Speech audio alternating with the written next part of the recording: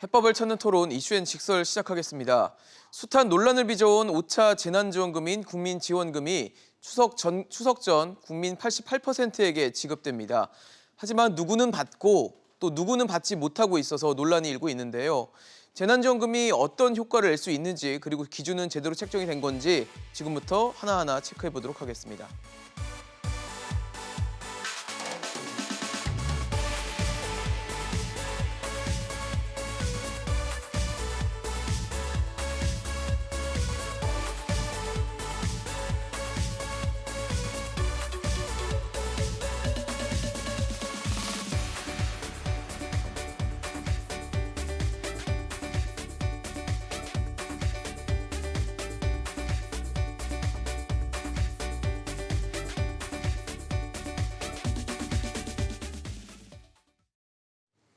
네, 오늘 함께해 주실 세 분 소개하겠습니다. 현대경제연구원 최양호 고문, 사회연대포럼 정용건 대표, 한국보건사회연구원 최연수 정책연구실장 나오셨습니다. 어서 오십시오. 네, 반갑습니다. 네, 코로나 상생 국민지원금 신청이 지난 6일부터 시작이 됐습니다. 소득 하위 88% 국민에게 1인당 25만 원씩을 지급하는 지원금인데요. 사실 최근에 상황들을 봤을 때 뭐 이의 제기도 나오고 있고 불만도 나오고 있는 상황인데 어떻게 보면 사실 뭐 예견이 됐다. 일단 88이라는 숫자를 정했을 때부터 그렇죠. 알고 있었던 상황이 아닌가라는 좀 아쉬움이 남습니다. 네, 많이 아쉬움이 남죠. 왜냐하면 네. 이게 사회적 합의를 이끌어내지 못한 상태에서 이것이 이제 시작이 된 부분이고 예. 또 국회 통과 과정에서도 많이 이제 변화가 있었기 때문에 그렇습니다만은 일단 지금 뭐 우리가 5번의 이제 재난지원금을 주는데도 불구하고 네. 어떤 기준과 그리고 이것을 잘 분배할 수 있는 시스템이 네. 아직까지도 안 됐다는 데에 대해서는 통렬한 뭐 비난과 그다음에 반성이 있어야 된다고 봅니다. 우리 한번 5번 준 걸 한번 되새겨 보면요. 네. 1차 때 저는 다 줬죠. 다 줬죠. 근데 예. 2차 때는 통신비하고 그다음에 보육비, 그다음에 3차 때는 소상공인, 4차도 버팀목 자금 그래서 이제 드린 게 있는데 잘 보세요.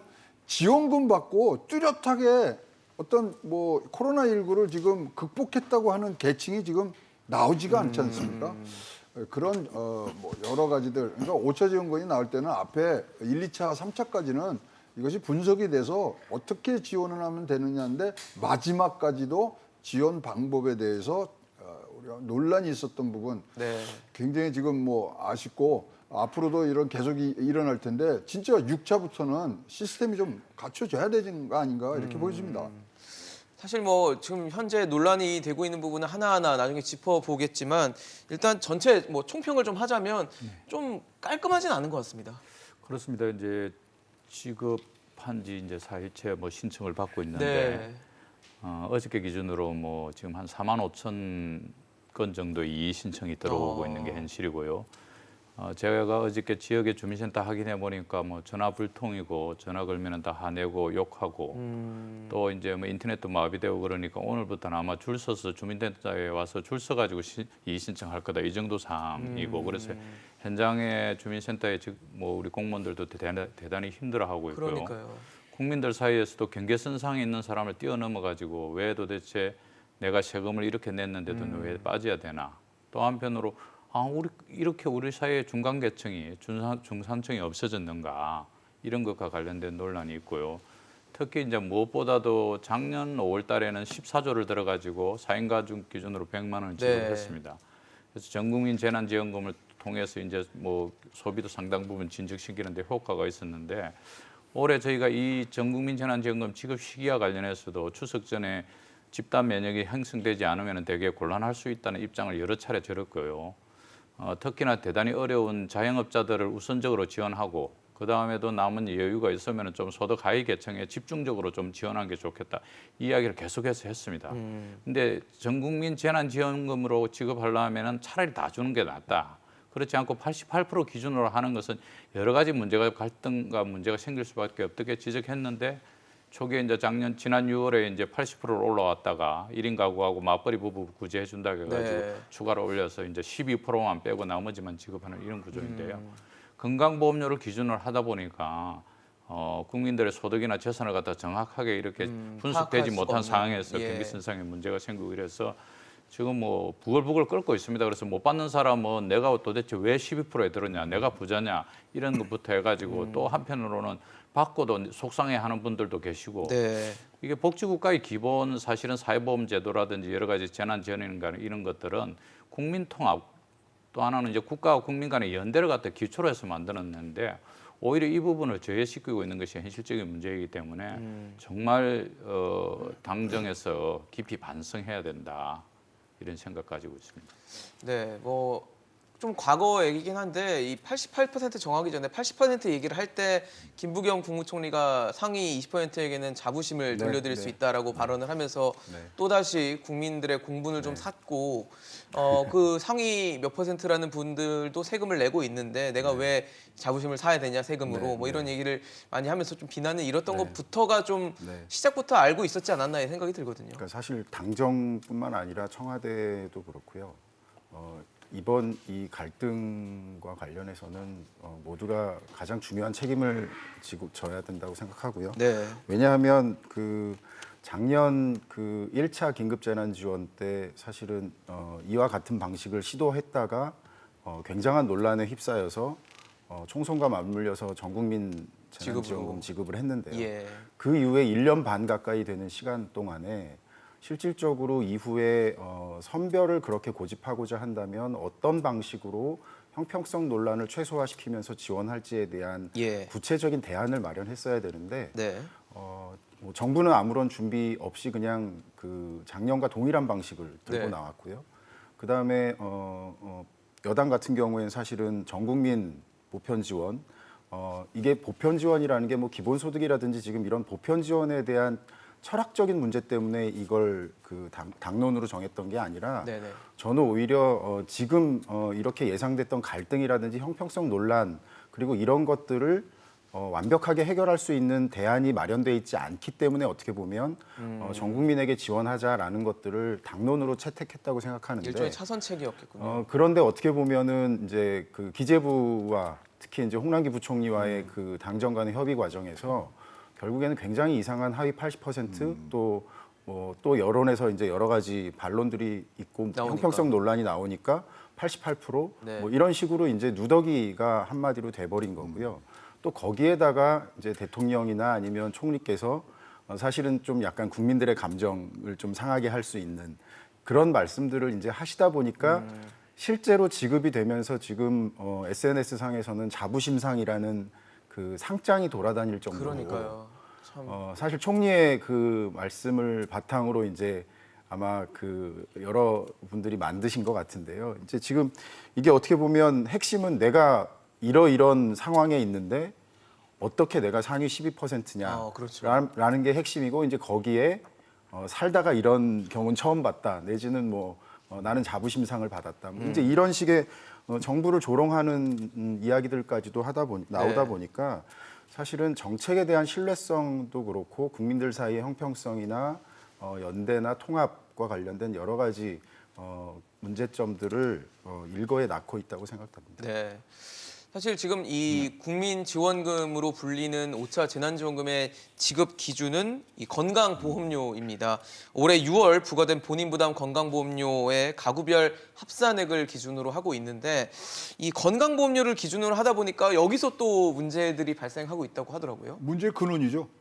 왜냐하면 아니 지역하고 그다음에 이제 직장 뭐 보험가입자 둘로 나누는데 직장은요 반반씩 그 사업자하고 직장이랑- 나눠서 내거든요. 그쵸. 그럼 10만 원 내도 5만 원, 5만 원 내는 거고 지역은 무조건 다 내는 거예요. 자기가 오롯이 전체를 다 내야 되는데 또 기준도 뭐 직장 가입자면은 소득만 갖고 하는데 네. 지역 가입자로 내려오면은 재산, 자동차 이거 다 들어가거든요. 소득과 재산이 같이 예. 들어가는 거죠. 그런데 이제 뭐 그거는 이제 건강보험을 이제 책정하는 과정에서 있었으니까 근본적인 얘기라고 하더라도 네. 지금 뭐 본인 부담금 합산액을 보면요 지역하고 직장하고요 10,000원에서 30,000원 차이밖에 안 납니다. 아 그거밖에 안 나요. 안 나요. 그 근데 기준이 거기서 기준이 갈리는 거군요. 예, 또. 그러니 뭐 똑같이 나보다 많이 버는 사람, 소득이 많이 버는 사람이 지금 더 많이 갖고 뭐 받을 수 있고 나는 못 받고 이런 상태로 지금 그러니까요. 가고 있고요. 그다음에 근본적으로 직장은 2021년이 기준입니다. 근데 지역은 2019년이 기준이에요. 2019년이요? 예. 그럼 코로나 이전이네요? 이전이니까 네. 그러면 지금 비는 게 만약에 2020년에 네. 피해를 받거나. 많이 받으신 네. 분들은 자영업자들은 그럼 어떻게 하냐 이거예요. 그렇네요. 아니 한꺼풀만 들어가도 이런 얘기들이 지금 많이 나오고 있기 때문에 지금 뭐 이 문제는 뭐 지금 정해서 지금 시행이 되고 있지만 진짜로 많은 분들이 이의 신청을 할 수밖에 없는 그런 구조를 아예 택했다. 왜냐하면 이 뭐 제일 간단하고 제일 데이터가 지금 많다고 생각하는데 하나만 들어가면 그게 아니었다는 거는 뭐 누구나도 알 수 있습니다. 11월 12일까지 지금 이의 신청하셔야 되는데요. 네. 이거 굉장히 많은 수가 이의 신청을 할 것이고요. 또 잘 보시면요 구조가 결혼한 사람들이 손해를 봐요. 맞벌이 부부들이. 아, 맞벌이가 손해를 보는 구조예요? 예. 아니 둘이 합하면은 10만 원, 10만 원, 20만 원에서 넘어가 버리는데 따로따로 있으면 다 받았거든요. 등등의 문제점을 굉장히 안고 있는 기준이다. 이렇게 보여집니다. 사실 모든 국민들 각각의 상황이 또 다르기 때문에 아마 적용되는 케이스는 다를 수는 있지만 아마 가장 불만의 핵심은 그거 같아요. 내가 알기로는 나랑 비슷하게 버는데 쟤는 재난지원을 받는데 나는 왜 못 받지? 이런 거 같거든요. 그 뭐 본질적인 문제입니다. 결국 경계선상에서 크게 충돌할 수밖에 없는 그런 부분인데 네. 예를 들어서 지금 이제 집 기준으로 하면은 부동산 기준으로 하면은 이제 99억인데 한 20일 시가 기준으로 하면 21억 그러니까 20억 이하는 집을 가지고 있어도 안 내도 되는 문제거든요. 또 금융자산을 기준으로 해가지고 12억이니까 한 11억 정도 금융자산 가지고 있어도 예금 가지고 있어도 안 내는 이런 구조. 근데 이게 이제 어떻든 소득 하위 88% 상위 12% 이렇게 되면은 결국은 부자 기준이란 말입니다. 그렇죠. 근데 우리나라의 부자의 기준이 뭡니까? 우리나라의 부자의 기준은 일단 서울에 집이 하나 있어야 됩니다. 집이 기준입니다. 우리나라 집이 있냐 집이 없냐 굉장히 중요하죠, 우리 사회에서. 기준이거든요. 근데 두 사람은 분명히 집도 있고 나는 맞벌이 부부에서 둘이서 뭐 열심히 일해가지고 아등바등 겨우 사는데. 뭐 생활하기 힘들고 정말 빠듯하게 살아가고 있는데 나는 부자라고 재난지원금을 안 내고 저 사람은 집도 있고 예금도 차도 많이 있고. 있고 이렇게 네. 했는데 이걸 이 사람들은 받고 이게 과연 용납이 되는 구조이냐. 그래서 우리나라 이 부자와 관련된 부분과 관련해서 좀 정리를 해봐야 되는데 우리나라 부자는 통상적으로 한 70억 정도 가진 사람을 KB 70억 이요? 금융지주가 되게 많아야 했는데 되네요. 70억 정도 기준이고 40억짜리 집이 한 채 있고 뭐 금융자산은 10억 정도 가지고 있고요. 그리고 1년에 한 뭐 월 한 60만 원씩 해가지고 7,300만 원 정도 1년에 상돈을 갖다 쌓아야 되고 뭐 그리고 뭐 레버리지도 한 11% 정도 일으키고 네. 상당한 부를 갖고 있어야 되는데요. 예, 종잣돈을 한 5억 정도 굴리고 있어야 되고 이런 정도가 부자의 기준입니다. 우리 국민들이 생각하는 부자의 기준이. 그런데 소득 상위 12% 이렇게 하면서 내가 거기에 들어가? 정말 말이 안 된다는 게 첫 번째고요.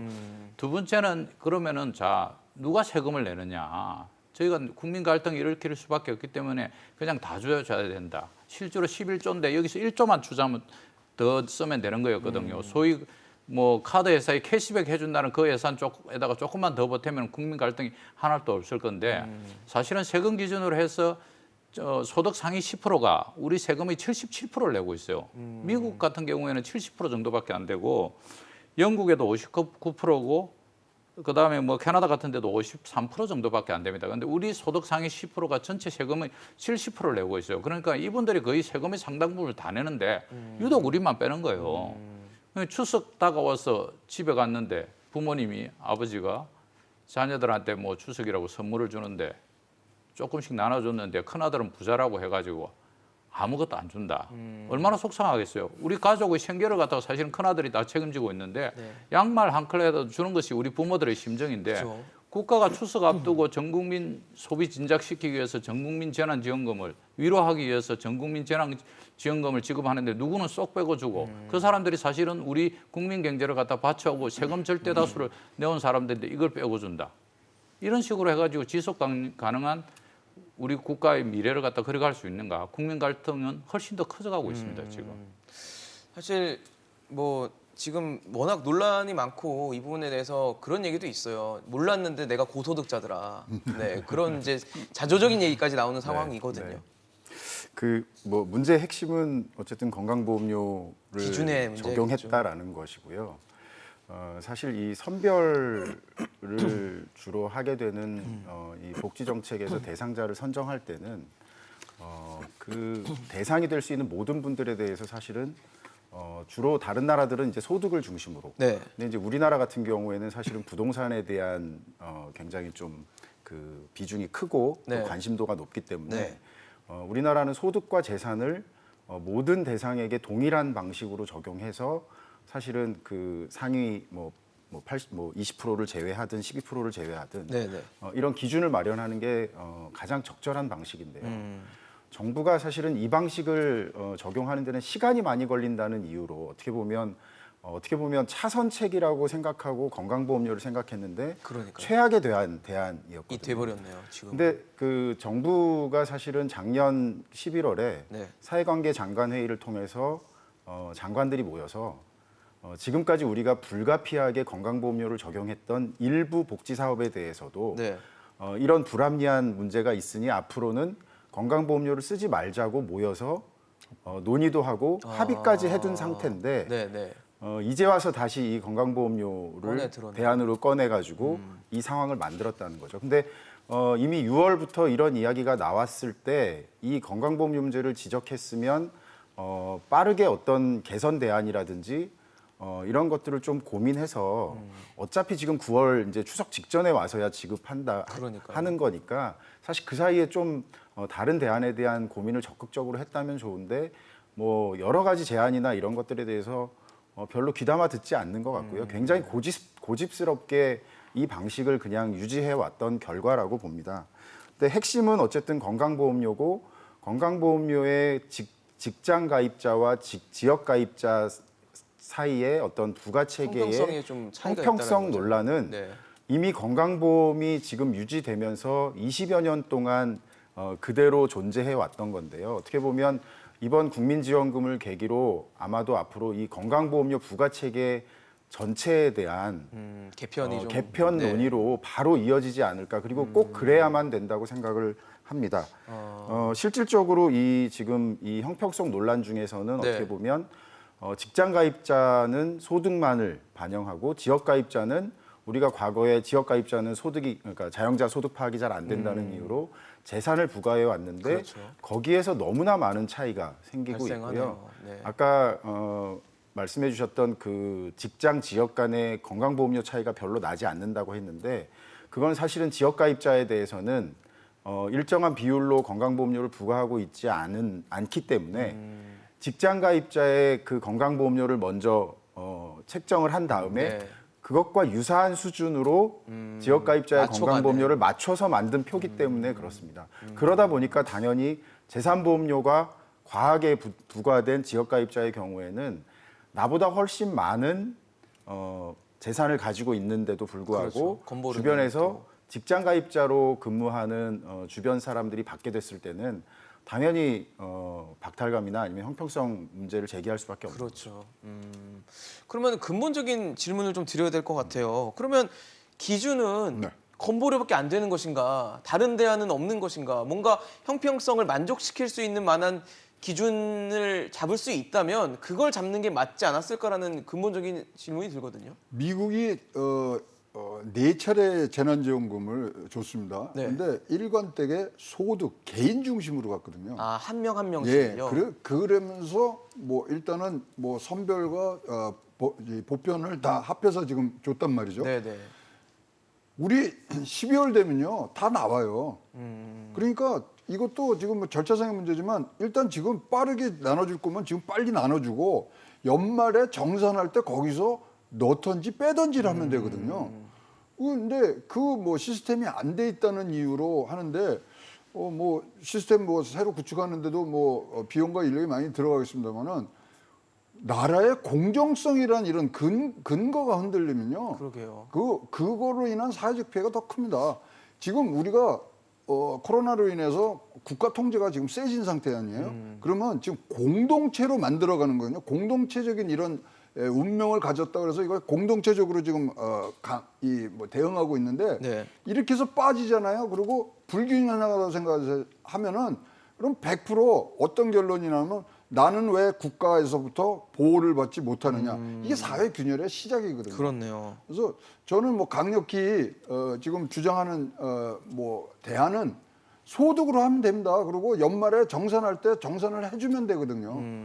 뭐 미국에서 지금 쓰고 있는 방법이고 다른 뭐 유럽에서도 쓰고 있는 방법이기 때문에 저는 뭐 힘들더라도 그 방법으로 갔어야 되지 않겠냐 보여집니다. 그러게요. 참 이게 국민들을 지원해주겠다, 도와주겠다라고 해서 만든 지원금인데 그게 오히려 국민들을 분열시키고 불만을 더 자아내게 하고 있는 상황이어서 뭔가 정확한 이제부터라도 좀 늦었지만 형평성 있는 기준들이 좀 있어야 되는 건 아닌가라는 생각이 들거든요. 그렇습니다. 그 사실은 이제 코로나 팬데믹이라는 특수한 상황이 왔을 때 우리가 이를 극복하는 과정에서 당연히 뭐 재정의 소요가 많아질 수밖에 없죠. 예. 근데 그 무엇보다도 중요한 것은 사실은 이참에 제도를 제대로 바꿔놔야 되겠다, 시스템을 정비해야 되겠다 이런 것과 관련된 고민이나 합의나 그런 거에 대한 집행이 있어야 되는데 사실은 진전되지 못했습니다. 그래서 뭐 집단 면역을 하는 과정에서도 워킹그룹과의 협의라든지 이런 것을 좀 해서 자영업장의 불만을 좀 없애라고 했는데도 불구하고 여전히 어저께 밤에도 자영업 하시는 분들이 또 집회를 할 수밖에 없었던 것이 현실이고요. 이 기준과 관련해서도 예를 들어서 저희가 일관되게 주장하는 이제부터 재난지원금을 비롯해서 국가가 국민들에게 지급되는 다양한 공적 이전이 발생할 수밖에 없습니다. 그건 소득 기준으로 지급하고 그래서 소득 기준으로 지급하면 그것이 12월에 소득으로 잡혀서 예를 들어서 부자들 경우에는 그에 필요한 세금으로서 떼는 것입니다. 그리고 가난한 분들은 당연히 세금을 낼 필요가 없기 때문에 세금을 안 내는 이런 방식으로서의 좀 전환. 국가가 전국민 고용보험 이야기했어. 그 기본이 바로 이제 국민의 실시간 소득 파악이잖아요. 그것과 관련해서도 좀 속도를 내가지고 문재인 정부 들어와서는 그래도 전 국민의 소득이 파악이 돼가지고 정말 복지의 사각지대가 생기지 않도록 또 한편으로 탈세라든지 여러 가지 이런 부분도 생기지 않도록 했다는 이런 좀 계기를 만들 수 있었는데 네. 그런 것과 관련된 뭐 오히려 논의는 별로 없고 계속 뭐 추경을 하는 과정들이 땜질식으로 계속 해오다가 급기야는 이제 뭐 88% 논란으로 인해 가지고 국민의 갈등이 계속됩니다. 예. 건강보험료라는 것이 이제 직장이 있고 그다음에 직장인 내의 피부양자가 있고 그다음에 지역가입자가 있지 않습니까? 네. 우리가 최근에는 뭐 좀 오래 좀 이제 기억이 가지만 송파 세모녀 사건으로 인해 가지고 그분들이 돌아가실 때 건강보험료가 49,000원 정도 됐습니다. 네. 그래서 소득이 없으신 분들과 관련해서는 좀 줄여야 되겠다. 소구의 복지국가 국가들이 사회보험 기준이 다 이제 소득을 부과하는 방식으로 되어 있는 거죠. 네. 그러면서 실제로 이제 자영업 하시는 분들, 지역가입자들 이제 자산과 자동차 이 부분과 관련해서 뺄라 하면 한 5조 정도의 재원이 소요가 됩니다. 그러면은 추가적으로 건강보험가입자들이 한 8만 원 이상의 돈을 내야 되기 때문에 이런 것과 관련된 고민이죠. 그런데 근로시기에는 좀 보험료를 많이 받고 은퇴한 이후에는 건강보험을 작게 받는 이런 구조로 짜야 됩니다. 그래서 네. 건강보험 부가체계가 가지는 그런 함의가 있는 것인데 그걸 재난지원금을 그 기준에다가 맞춰주다 보니까 국민들이 아니 돈 많은 사람들이 돈을 또 받아? 나는 그 사람보다 재산도 작은데 왜 내가 돈을 못 받아? 그렇죠. 이런 것이 생길 수밖에 없는 구조가 다른데도 불구하고 그걸 갖다 기준으로 갖다서 맞춰다 보니까 축구 경기 룰을 갖다가 족구 경기 룰에다가 갖다 맞춰서 하라고 하니까 다 안 맞는 거죠. 그렇죠. 그게 그렇게 생길 수밖에 없는 이런 구조를 갖다 이렇게 끌고 오는 것이고요. 그래서 이제 아까 이야기한 대로 건강보험도 이제 다시 손봐야 되겠다. 결국은 우리가 실시간 전국민 소득 파악을 통해서 복지체계의 사각지대를 없애는 쪽으로 신속하게 전환시켜야 되는 이런 숙제를 갖다가 안고 있는 것이고요. 다시 말씀드리지만 소득 기준으로 그리고 다 지급했어. 부자들은 훨씬 더 많은 세금으로 그리고 가난한 사람은 세금을 작게 낼 수 있는 이런 구조로 만들어가는 것이 논란이라든지 갈등을 줄이는 길이라고 보고 있습니다. 네. 실장님께도 좀 여쭤보고 싶어요. 지금 대표님께서 잘 말씀해 주셨는데요. 작년 그 1차 긴급재난지원 논란 이후에 예. 이런 그 우리 시스템을 전반적으로 개혁하는 그러니까요. 그런 논의들 또는 제안들을 많이 했었습니다. 저도 사실 실시간 소득 파악 체계 구축이라든지 또 사각지대를 해소할 수 있는 여러 가지 그 시스템 개선들 그리고 네. 특히나 우리가 재산을 불가피하게 반영한다라고 했을 때 부동산 자산 이외에 또 금융 자산에 대한 조회에는 또 상당한 시간이 소요되고 있는데 이런 부분들을 좀 제도적으로 개선하는 부분들을 제안했었거든요. 근데 전국민 고용보험 이야기가 나오면서 실시간 소득 파악과 관련된 세법 개정은 사실은 올 초 그리고 최근에 제안된 세법 개정안에 일부 담겼습니다. 네. 그런데 정부에서 마치 이 실시간 소득 파악이라든지 복지정책 분야에서 이러한 실시간 소득 파악 자료를 활용하는 문제를 고용보험만을 위해서 파악하고 적용하는 것처럼 생각하고 네. 지금과 같이 이런 아주 중대한 상황에서 긴급재난지원금에 어떤 방식으로 최대한 빨리 적용할 수 있을지 또는 금융조회와 관련된 부분에서의 형평성을 개선하기 위해서 기재부나 금융위가 어떤 개선 노력을 해야 될지 이런 부분에 대해서 구체적인 대안들까지도 제시를 했는데 사실은 기재부는 긴급재난지원과 관련된 보편은 막아야 되고 그리고 재정 규모와 관련해서 곡간지기 역할만 하느라 사실은 정책 현장에 대해서 제대로 알지도 못하면서 그냥 나중에 안 되면 억울하면 이의 신청 받겠다 이런 식으로만 이제 떠넘기고 그다음에 오히려 정작 본인들이 해야 되는 이런 우리 전반적인 시스템 개선에 있어서 세제 쪽이나 금융 쪽에서 네. 개선되어야 되는 이런 시스템 개선 노력은 기재부밖에 할 수 없음에도 불구하고 아무런 노력도 하고 있지 않았다는 게 어떻게 보면 되게 굉장히 중요한 원인이 되었다고 생각할 수 있고요. 네. 뭐 계속 말씀해 주신 것처럼 이제 앞으로는 건강보험료 부과체계의 전면 개편이 바로 시작돼야 된다고 생각합니다. 네. 당연히 소득 중심으로 가야 되고요. 불가피하게 재산을 고려해야 된다면 근로 형태나 자격과 상관없이 모든 국민에게 동일한 어떤 기준으로서의 재산을 적용해서 아주 고액 재산인 경우에만 일부 재산을 반영한다든가 하고 전반적인 사회보험료의 부과 기준은 소득 중심으로 개편해 가는 게 가장 앞으로 필요한 대안이라고 생각합니다. 네, 저도 뭐 이렇게 코로나 상생 국민 지원금과 관련된 뭐 이의 신청 올라온 것들이나 불만 내용들을 좀 보다가 좀 눈여겨볼 만한 내용이 있어서 좀 말씀을 여쭤보고 싶어서 그러는데 군 장병들도 이제 성인이니까 이 지원금을 받을 수 있고 신청을 할 수 있어요. 특히 요즘에 뭐 각 개인별로 또 휴대폰을 들고 있기 때문에 이걸 통해서 신청할 수는 있다고 하고 만약에 어려운 여의치 않은 경우에는 뭐 부모님을 통해서 위임장을 보내서 대리 신청하는 좀 복잡한 과정을 거칠 수는 있다고 하는데 제가 좀 관심을 가졌던 거는 사용하는 거였거든요. 네. 지금 국민지원금의 사용처가 주소지 내에 있는 지역사랑 상품권 사용처랑 같은데 군 복무라는 이 장병들은 사실 자기가 원래 살던 거주지에 안 사는 경우가 많을 거 아니에요. 대부분이죠. 다른, 예. 다른 부대로 이제 예. 갈 거니까 다른 지역으로 가면은 거기서는 지역 상품권을 쓸 수 없는 상황일 텐데 뭐 부대 내에 있는 PX나 이런 데서 그럼 결국 못 쓴다고 봐야 되는 겁니까? 뭐 그렇죠. 뭐 근데 이제 그걸 어디까지 허용해 주냐 그것도 이제 어떤 뭐 지침이 내려온다면은 요번 거는 12월 말까지 소진을 해야 됩니다. 그러니까 안 쓰면 예. 국고로 안 쓰- 들어가죠. 예, 국고 환수가 되기 때문에 그러면 뭐 그런 게 나오면은 뭐 고향에 계신 부모님한테 뭐 드리거나 이제 뭐 여러 가지 방법이 있겠죠. 근데 본인이 직접 자기의 뭐 행위를 통해서 네. 이것을 뭐 상행위를 할 수 있는 부분들은 굉장히 적어지는 부분들이 그렇네요. 있기 때문에 이런 거 굉장히 문제가 됩니다. 일단 뭐 또 요번에는 이제 선불카드나 뭐 이 신용카드 네. 그다음에 지역가 사랑 상품권 뭐 이런 예. 것들로 받을 수 있습니다만은 사실 첫 번째 때는 뭐 이거 제한을 좀 했지 않습니까? 뭐 요번도 제한을 하고 있습니다만 네네. 많은 부분들이 요새 보면은 이제 그것도 더 싸움을 붙어요. 그럼 이거 소비를 이제 촉진시키라고 갖고 왔는데 누구는 뭐 요번에 나온 뭐 폰을 사느니 뭐 이게 진짜로 재난지원금의 그런 뭐 목적과 맞느냐 등등. 그러니까 지금 뭐 다시 원점으로 돌아가면은 자 이제 우리가 5차까지 이제 재난지원금이었으면 보편적으로 줄 만큼 줬다고 판단되면은 이제 진짜로 정말 어려운. 타격이 들어가야 되는 부분들이 다음번에 지금 뭐 제도 개선과 더불어서 예. 굉장히 큰 분야로 분명히 이거는 등극할 수밖에 없고요. 어쨌거나 지금 뭐 부의 양극화는 이런 재난이 있으면 항상 더 커지게 생겼거든요.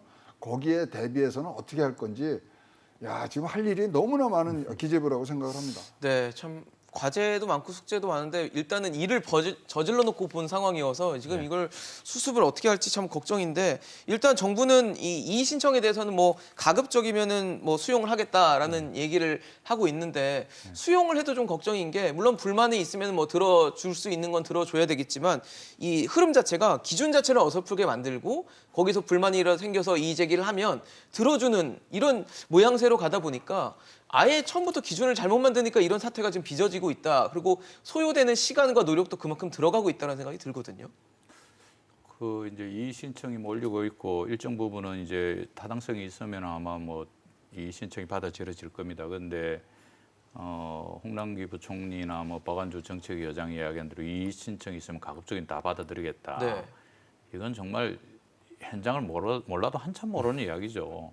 공무원들이 자기 마음대로 임의적으로 막 칠 수 있습니까? 원칙과 기준이 딱 정해져 있는데 거기에 안 맞으면은 일도 집행을 못하는 것이 공무원입니다. 그렇죠. 공무원이 그거 무리하게 해가지고 그냥 다 줬다가 뒤에 문제 생기고 또는 예를 들어서 나하고 기준이 똑같은데 이의 신청한 사람은 받고 안 한 사람은 안 받고 이런 사태가 규모가 커질 경우에는 그것도 또 감당할 수 없는 일이 되지 않습니까? 그렇죠. 그래서 저 그냥 국민들한테 이 시기가 빨리 끝나가기를 기다리면서 국민들한테 그냥 립 서비스하는 수준이다 실질적으로. 그 현장이 어느 정도 수준이냐 하면은 이게 25만 원, 뭐 그냥 4인 가구 기준으로 100만 원인데요. 네. 우리 국민들이 이제 주민세라는 걸 냅니다. 그렇죠. 사실은 잘 모시는데 한 6천 원 정도 이제 1년에 한 번씩 내는데요. 송파구 같은 데 부자 동네이지 않습니까? 주민세 6천 원 가지고도 민원이 엄청나게 들어온답니다. 내가 왜 이 주민세를 내야 되냐? 왜 내야 되냐? 왜 이런 것이 있느냐 등등 해가지고 나는 형편에 어려서 못 내겠다부터 해가지고 주민세 6천 원을 가지고 부자 동네인 송파구에서도 문제가 일어나는데 재난지원금 25만 원이고 4인 가구 기준이면 100만 원이면 여전히 큰 돈입니다. 사실은 웬만한 사람들한테는.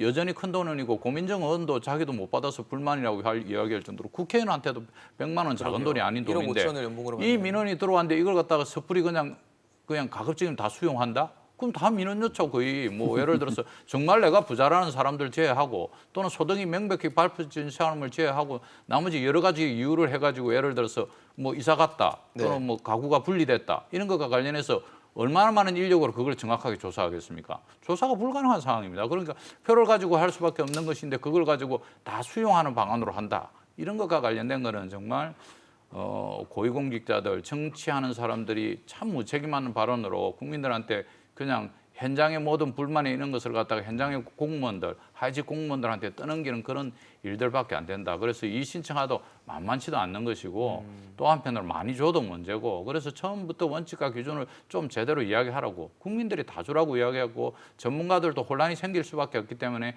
어려운 사람들한테 집중적으로 주지 않는 이상은 다 주는 것이 차라리 낫다고 그렇게 이야기했는데도 정말 이해할 수 없는 88년 서울올림픽 끝난 지가 언제인데 아직도 88%는 희한한 기준을 가져와가지고 네. 한다는 게 동의가 도저히 안 되는 것입니다. 아마 뭐 88이라는 숫자의 근거가 굉장히 모호한 상황이고 그리고 뭐 보편이냐 선별이냐 여전히 논란거리긴 하지만 이렇게 잡음이 일고 국민 분열을 시킬 거면 차라리 그냥 보편 지급이 나았다라는 말씀을 지금 주신 건데 사실 이의 제기를 하고 들어준다. 참 이걸 또 어떻게 봐야 될지 지금 관건일 이제 것 같습니다. 대표님께서 사실은 현장의 상황에 대해서 주로 말씀해 주셨는데요. 예. 사실 그 정책 연구를 하는 입장에서 굉장히 어설픈 정책 틀을 만들어 놓고 나중에 억울하면 이의 신청해라. 우리가 그러니까요. 이의 신청 기회는 열어놓겠다. 이 부분은 현장의 상황뿐만 아니라 전반적인 국가 정책의 신뢰성을 훼손할 수 떨어뜨리는 있는, 네. 굉장히 중요한 부분이거든요. 근데 이 부분을 사실은 당정의 의사결정에 깊숙이 관여하고 계신 분들께서 최초에 논의하거나 결정할 때는 재원 규모라든지 이런 부분에만 오히려 집중을 하고 실제 집행하는 과정에서 나타날 수밖에 없는 이러한 갈등 상황이나 이의 신청과 관련된 현장의 업무 부담이나 혼란에 대해서는 뭐 현장을 얼마나 이해하고 고민하셨는지 사실 물어보고 싶고요. 지난 몇 개월 동안 이 국민지원금 관련해서 논란이 계속되면서 예. 지금 이의 신청과 관련해서 현장에서 모든 민원을 직접 받아야 되고 수많은 욕을 들어야 하는 건강보험공단 노조 네. 직원들. 그리고 직원들 네. 그리고 또 일선 주민센터에 있는 사회복지 공무원 그렇죠. 직원분들 또 직원분들께서 사실은 이렇게 가서는 안 된다. 이렇게 가서는 현장에서 이의 신청을 받더라도 이거를 조정해 줄 수 있는 방법도 사실상 없다. 왜냐하면 건강보험료를 적용한다는 것은 이미 건강보험료로 부과된 결과값을 가져다가 그렇죠. 그대로 적용하는 거거든요. 근데 그 결과값이 별도의 그 문제가 많은 부가 체계가 별도로 존재하는 상태에서 현장에 계신 분들이 뭐 어떤 사유나 이유를 듣더라도 그거를 반영해서 그 민원을 해결할 수 있는 방법은 사실상 거의 없습니다. 그렇기 때문에 굉장히 무책임하면서도 현장에 계신 분들한테 오히려 굉장한 그 책임을 떠넘기는 그러한 지금 그런 상황이고요. 네. 또 한 가지는 이제 이 정책의 신뢰성 관련해서 아까 말씀드렸던 것처럼 앞으로 그러면 이런 정책들을 설계하고 집행할 때 우리 국민들이 과연 정부의 정책을 어떤 얼마나 눈으로 믿을 바라볼 것인가. 것인가. 저는 앞으로 굉장히 중요한 영향을 미칠 것이다라고 생각하고 이번에 사실은 그 기재부가 이러한 방식으로 정책을 주도해서 현장과는 전혀 무관한 기재부가 어떻게 보면 정책을 주도해 놓고 지금 이의 신청이라는 이야기로 오히려 현장을 복잡하게 만드는 이러한 상황들은 정말 현장을 담당하고 있는 보건복지부나 현장의 사회복지공무원, 건강보험공단에 계신 모든 분들을 국민들과 싸울 수밖에 없게 만드는 그런 상황으로 내몰고 있다고 생각합니다. 그렇죠. 저는 개인적으로요. 이번 이 과정을 보면서 가장 충격적인 발견점이 뭐냐면 네. 혼인 신고에 관한 거예요. 혼인 신고요? 예. 최근에 혼인 네. 신고가 10%씩 지금 줄고 있습니다. 근데 요번에 이제 자료를 찾고 뭐 여러 가지 이제 기준점을 보니까 네. 소득이 같아도 미혼은 지원금 받습니다. 아. 부부는 못 받습니다. 그래서 뭐 이거 갖고 이렇게 혼인 신고가 떨어질까? 보니까 대출도 안 돼요. 뭐 디딤돌 대출 간 거는 개인이 하면 6천만 원까지 가는데 합산을 하면 7천만 원이에요. 그러면 자기가 6천이 자기의 베이스인 것이 3,500으로 줄어들거든요. 그래서 저는 뭐 미루어 짐작하는데 우리나라가 지금 저출산 대책 뭐 결혼하고 뭐 이런 거에 대해서 200조를 썼는데 꿈쩍도 안 하잖아요. 이런 허점들이 곳곳에 숨어 있는 거예요. 그래서 이런 거부터 하여튼 드러난 이런 허점들은 예. 빠르게 고쳐나가지 이러면 진짜 그냥 사시선으로만 사는 게 훨씬 더 유리합니다. 세금도 유리하고. 아니 선진국 가보세요. 결혼한 거에 대해서는 혜택을 얼마나 줍니까?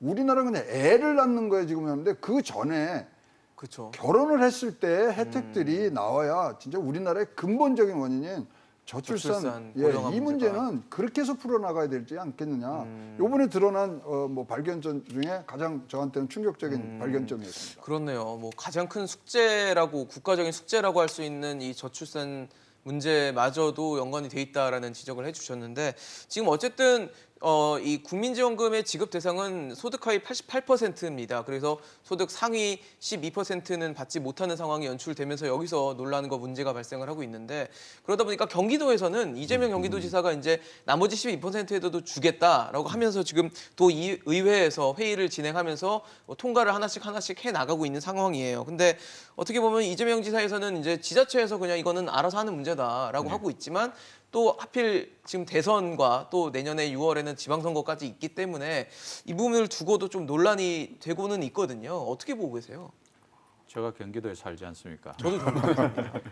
집사람이 우리는 받냐고 그래서 우리는 물어볼 필요도 없다. 계산기 두드릴 필요 없으니까 그냥 기다리고만 있으면 된다고 이야기를 했는데 이제 상임위 통과했고 이제 뭐 본회의 여기만 네, 하면 되는 진행을 이런 하겠죠. 구조입니다. 그런데 상임위에서 이제 논란이 반대하는 의원들도 좀 있었어요. 그런데 내놓고 반대하지 못하는 게 내년 지방선거에서 저분이 반대해가지고 통과 안 됐다 하면 저분은 뭐 당연히 지역민들의 또 그리고 민심이라는 게 특히 있으니까. 이게 뭐 돈이 작지도 않을 뿐만 아니고 우리의 삶이라는 게 그렇고 서민들의 삶이라는 거고 주부들 같은 경우에 사실은 재래시장 가면 여전히 콩나물 값 깎지를 못하면 조금이라도 더 받으려 하는 것이 심리이기 때문에 사실은 관심이 훨씬 더 많습니다. 예. 근데 그걸 갖다가 안 주고 이렇게 하다 보니까 이제 하는데 경기도는 뭐 다 주니까 저희들은 계산기 두드리지 않고요. 네, 또 뭐 갈등도 없습니다. 근데 사실은 이제 각 뭐 경기도뿐만이 아니고 이제 각 지방 정부가 작년에 여러 가지 방식으로 지금 한 2조 9천억 정도의 지방 정부가 다양한 방식으로 지원을 했습니다. 근데 뭐 이 방식의 내용을 보면은 참 비교적 합리적이다 이런 생각을 가지는 것이요. 경기도는 아예 우리 전문가들이 주장했던 대로 아예 다 주는 방식으로 편으로, 했고 네.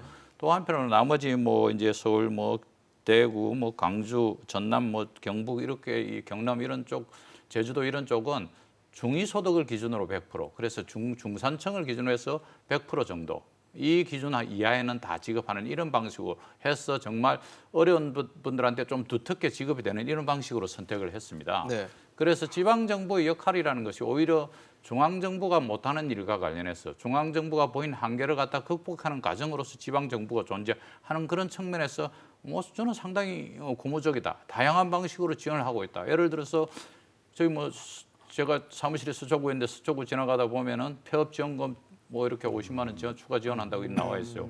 정부가 폐업하는 사람들이 오죽 자영업 하시는 분들이 어렵겠습니까? 근데 정부가 지원하는 것이 80만 원밖에 안 되는데 지방 정부가 그 뭐 많은 돈은 아니지만 그래도 도움이 되게끔 해주는 이런 방식과 관련된 내용들 이런 것들 지방 정부가 해야 될 일이고 특히 이제 자영업과 관련된 지방 정부의 지원은 훨씬 더 커가지고 이번 코로나 팬데믹을 극복하는 과정에 역할이 컸기 때문에 지방 정부의 역할은 앞으로도 훨씬 더 크게 좀 현장에서 실질적으로 피부에 닿게 지원할 수 있는 이런 부분들이 많기 때문에 지원을 해야 된다고 생각합니다. 그럼에도 논란이 되는 거는 경기도가 부자라고 얘기를 하거든요. 다른 이제 지방에 있는 시도나 이런 것들은 이제 우리는 재원이 충분하지가 않아서 뭐 다 전 도민, 전 시민에게 다 주고 싶어도 못 주는데 경기도는 돈이 많으니까 인구도 많고 그거에 따라서 주는 거지. 그러니까 이런 어떤 형평성인 문제를 봤을 때는 차라리 안 주는 게 맞다라는 게 또 다른 의견이거든요. 근데 사실 이제 경기도에서 이번에도 그 나머지 상위 12% 실질적으로는 사실은 경기도는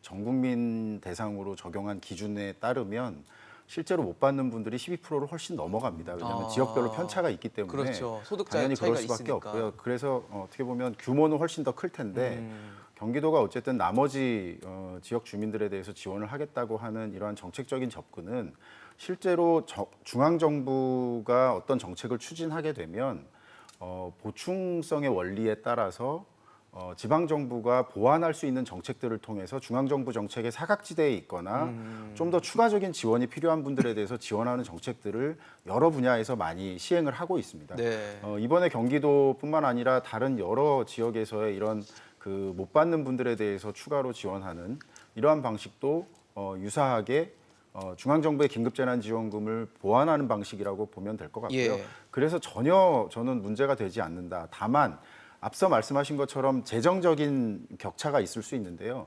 대부분의 지자체가 그동안에 각 단체장들이 내세웠던 공약이라든지 어떤 복지 정책들을 시행할 때 보면 자신들의 지역의 여건에 맞는 또는 그 재정의 지속 가능성이라든지 이런 것들을 고려해서 정책을 시행하고 있기 때문에 지역 간의 편차는 일정 부분 생길 수밖에 없고 또 한편에서는 이런 것들을 보정해 줄 의지가 중앙정부에 있다면 경기도 같은 경우에 하지 말라라고 당정에서 이렇게 오히려 비난할 게 아니라 오히려 그 제대로 집행하지 못하는 지자체의 재정 상황이라든지 이런 것들을 고려해서 어떤 방식으로 추가 지원을 할지에 대한 부분을 적극적으로 검토하는 게 바람직한 방향이고요.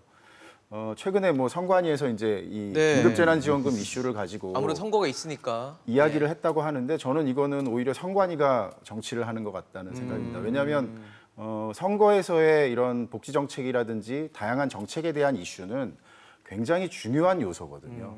뭐 다른 유럽 선진 국가를 보더라도 연금 개혁이라든지 또는 어떤 제도를 확대할 거냐 축소할 거냐 이런 부분들이 굉장히 정책 선거로 이끌어가는 데서 중요한 역할을 포인트가 하고 되거든요. 국민들의 관심과 또 향후에 그 증세와 관련된 여러 가지 논란에서도 사전적으로 관심을 가지게 하는 네네. 그런 효과가 있는데 그냥 단편적으로 이러한 이슈를 가지고 선거 때 과도하게 홍보하면 안 된다라는 식으로 선관위가 발표한 것은 적절한 접근은 아니라고 생각합니다. 뭐 일단 선관위도 엄정 대응하겠다고 했고 다른 지금 아무리 이제 경기도가 이재명 지사가 있다 보니까 다른 여권의 또 후보들이 반발을 하고 있는 상황이긴 합니다. 그렇죠. 이거 뭐 표심 노리는 거다. 네. 뭐 그러니까 이제 뭐 타 후보는 이제 뭐 의원직 사퇴까지 지금 네. 뭐 걸고 추광수를 나오는데 띄워놨죠 지금. 최 실장께서 정확히 지적해 주신 게 뭐냐면 경기도로 압축하면 우리 정영건 대표 대표님도, 같이 네. 부자들이 많이 살아갖고 이게 88%가 아니고 82%로 줍니다.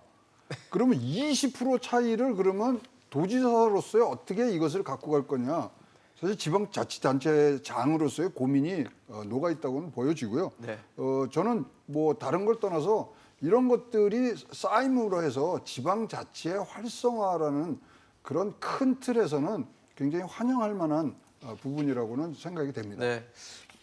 앞서 말씀하셨던 건 경기도민이기 때문에 다 받는다는 말씀을 하셨던 부자 거니까요. 이야기는 네. 아니고요. 네, 그 말씀은 아니었던 걸로 그다음에 이제 제가. 사실은 복지국가가 이렇게 강화되는 과정에서 5가지 학설이 있는데 그 중에 하나가 사실은 선거 때 어떤 공약을 걸었고 그 선거 그 그룹들이 어떻게 연합을 해서 국민들한테 다가갔냐의 부분이 복지국가를 갖다가 진전시킨 계기였거든요. 근데 선관위가 나와가지고 이래라 저래라 네, 좀 이렇게 할 과도하다는 일은 거죠. 절대 아닙니다. 알겠습니다. 사실 지금 코로나 사태가 시작된 지도 벌써 1년 8개월이 흘렀고 추가 경정 예산안만 올해까지 지난해에 이어 올해까지 6번을 했습니다. 총 액수만 해도 116조 원을 넘는 대단한 규모를 재정 지원을 해왔는데 여전히 시스템이 마련되어 있지 않다는 점은 정부가 좀 뼈아프게 느껴야 될 지점이 아닌가 싶습니다. 코로나 이후에 또 언제 어떻게 이런 사태가 발발할지 모르는 만큼 지금 늦었지만 지금이라도 좀 합리적인 그리고 형평성 높은 그런 시스템과 대책 마련이 필요하다는 생각이 들었습니다. 오늘 최양호 고문, 정용건 대표, 최현수 실장과 함께했습니다. 이슈앤직설 오늘 준비한 소식은 여기까지입니다. 지금까지 시청해주신 여러분 고맙습니다.